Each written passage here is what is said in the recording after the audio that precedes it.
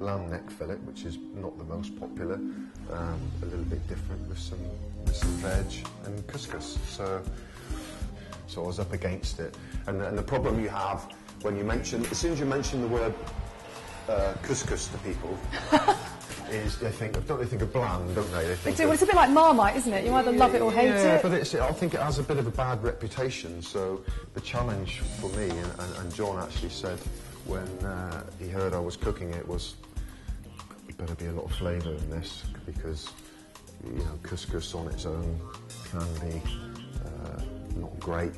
So I was kind of like trying to think of ways that I could really spice it up, and I thought, if you're going to go down, I got to the stage of the programme where I don't know whether it's a rugby related thing or not, but if you're going to go down doing what you want to do. Were those judges really scary? They were scary. I mean, I remember the first day of MasterChef, your first challenge, you don't meet John or Greg, so your perception of them you don't really know, you only ever see them on the telly being really mean to people. And so they keep you apart from the judges? You don't get a nice little cup of coffee first, a handshake? No cup of coffee, no nothing. Lovely people, everyone at Shine and who makes the show, great people.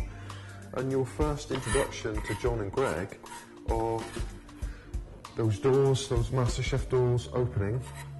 You walk across about a 20-yard walk, camera straight on you, lights, no talking, across to them, both stood, and I like to say hello, how you doing, good to see you, nice to see you here, da-da-da, bits and pieces, have a little bit of small chat.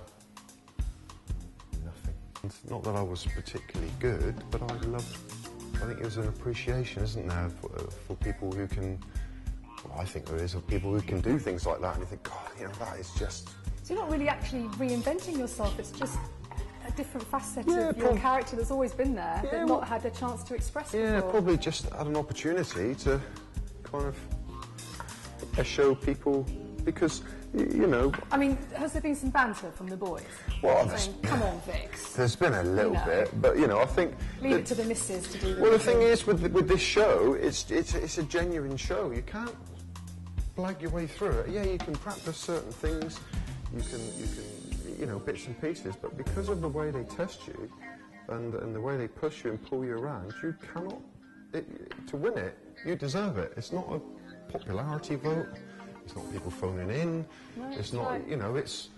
It's a genuine show. I mean, this was the dish that you stormed to the title with, wasn't it? This well, was what you produced in the final itself. Well, it was just before, but this was the kind of the dish which gave me confidence. I think it was kind of the dish when people started to take me seriously, and John and Greg particularly were like, this guy knows what he's doing.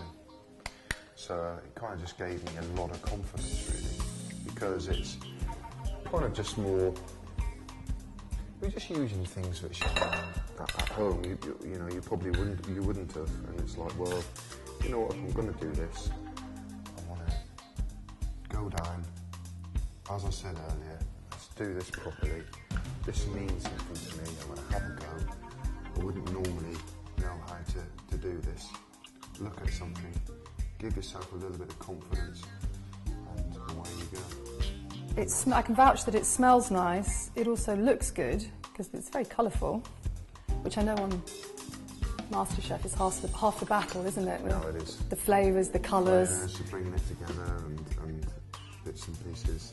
Is that a bit of chorizo sausage on the top there? Yeah, it's like a merguez type sausage. And there's heaps of ways you can do it. Normally I put the lamb on the top, and then put that on top of that, but I'm not going to today because I know you guys are going to dive into it for sure. We can be like the judges and stick our forks in and pass judgment. Please don't. Have you actually met Phil Vickery? Yes. The other Phil Vickery? Yes, no, I have, yeah. Do you know what, I'd met him, it must have been, I've done Ready Steady Cook with him. And I reckon it must have been 15 years ago. Really? And I wonder now if his post comes to your house and your post goes to his house. We've always had a little bit of crossover because people genuinely look at TV shows and look at programmes and expect to see me and vice versa. And I actually saw him last week, and he said he was only recently at a demonstration, and he said some people were sat at the front, and they're like, oh yeah, my wife bought me these tickets to see Phil Vickery, huge rugby fans, and he's like, Really? God, he said, I might disappoint you, but it's not the Phil Vickery you think. I didn't lift the World Cup, but you've done brilliantly. That looks fantastic. We're going to try it in a second, and then well done on MasterChef, thank you. and thank you for entertaining us here. It's brilliant. I appreciate it.